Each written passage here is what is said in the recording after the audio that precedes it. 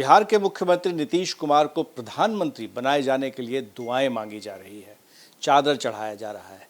हमारे साथ गिरिराज सिंह जी हैं। गिरिराज जी, अब आप क्या करेंगे? उनके लिए तो दुआएं हो रही है, अब तो प्रधानमंत्री पद के लिए वो एक तरह से दावेदार होते जा रहे हैं बिहार से। देखिए, हम उनके साथ काम कर चुके हैं, इसलिए मुझे उन पर कोई टिप्पणी करने में भी अच्छा नहीं लगता है। लेकिन नीतीश बाबू से मैं पूछना चाहता हूं कि आप मुझे ये बताएं कि आप की विश्वसनीयता कहाँ बची है। हमने तो कभी नहीं कहा जिस भतीजा के गोदी में बैठे हैं उसने नाम दिया, वो नाम बोलने में भी मुझे अच्छा नहीं लगता है। पलटू चाचा, जो आदमी 18 साल से मुख्यमंत्री रहे, 19वां साल बीत में घुसेंगे, वो आज तक अपने पैर पे खड़ा नहीं हो पाए। मुझे आखिर उनको ममता क्यों मानेगी? आखिर देश उनको क्यों, जो कह रहे हैं कि संयोजक नहीं बनाया, लोग क्यों बनाएगा? 18 साल में जो आदमी 2010 में 115 सीट लिया और वो आदमी 2020 में घट करके 43 सीट पे आ गया। गालियां दें कि बीजेपी ने हरा दिया, वो हरा दिया, वो हरा दिया, लेकिन घट तो गया। आपकी विश्वसनीयता तो नहीं है। तो आज आप व्याकुल भारत हैं, मुंगेरी लाल के हसीन सपने देख रहे हैं। आप दरगाह जाएं, आपकी इच्छा, हज भी कर लेंगे तो शायद इजाज़त सुलेमान दे देंगे आपको, तो हज भी कर लें। लेकिन नरेंद्र मोदी को सबने दुआएं दे दी है। देश की जनता 140 करोड़ जनता है, वो दुआएं दे चुकी है कि अगला प्रधानमंत्री नरेंद्र मोदी होंगे। लेकिन सवाल ये उठता है कि अभी उपेंद्र कुशवाहा मिलकर आए थे गृह मंत्री अमित शाह जी से, तो जब मुलाकात उनसे हुई तो इन्होंने कहा कि नीतीश कुमार पर भी चर्चा हुई थी। तो आपको लग रहा है कि फिर से नीतीश कुमार के लिए दरवाजे खुल सकते हैं? जिस तरह से इन दिनों चल रहा है, लग रहा है जैसे फिर एनडीए में वो आ जाएंगे। देखिए, मैं आपसे वादा करता हूँ कि नीतीश कुमार के लिए सारे दरवाजा खिड़की बंद है। आखिर खुले भी तो क्यों?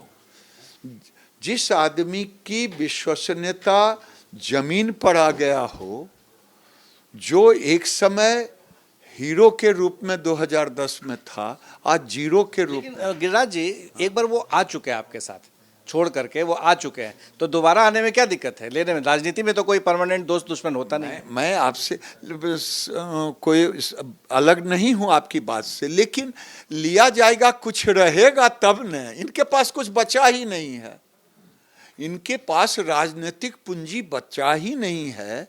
ये तो उस भतीजा की गोदी में खेल रहे हैं जो भतीजा पानी पी पी करके नाम रख दिया, ऐसा नाम कि हम लोग जीवन में बोल नहीं सकते, पलटू चाचा, वो नाम रख दिया।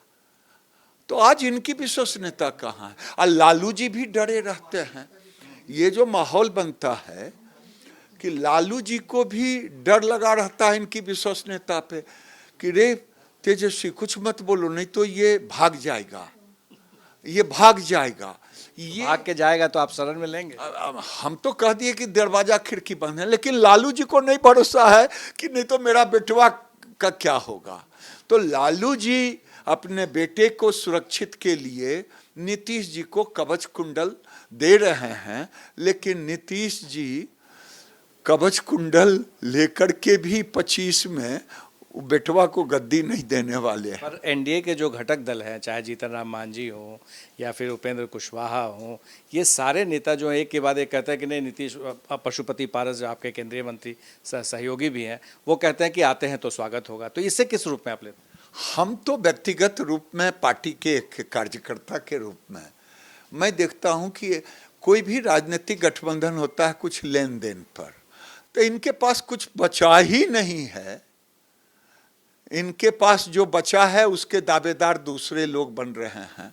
ललन सिंह है राष्ट्रीय अध्यक्ष जेडीयू के, वो कहते हैं कि उनकी पार्टी में बहुत सारे बीजेपी समर्थक हैं और एक तरह से उनको बाहर कर रहे हैं, और ये भी कह रहे हैं कि नीतीश कुमार तो 7 जन्म में बीजेपी की तरफ देखेंगे भी नहीं, यहाँ तक उन्होंने कह दिया कि उस तरफ थूकेंगे भी नहीं। देखिए, नीतीश कुमार जी को हम तो कहते हैं एहसान फरोख्त हैं, क्योंकि भारतीय जनता पार्टी ने जब वो लालू जी से निकल के आए थे तो भारतीय जनता पार्टी ने उनको साथ लिया और ले करके बहुमत रह करके भी पहली बार मुख्यमंत्री का ओथ दिलवाया।